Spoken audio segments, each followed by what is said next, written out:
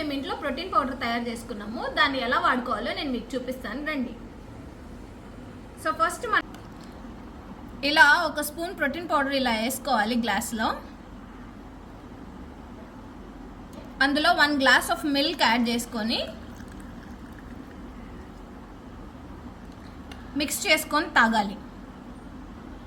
1 spoon ఓట్స్లో కానీ కలుపుకొని మనం మార్నింగ్ తినచ్చు. ఇప్పుడు మన ఈ ప్రోటీన్ పౌడర్ ఎలా తయారు చేసుకోవాలో చూపిస్తారండి.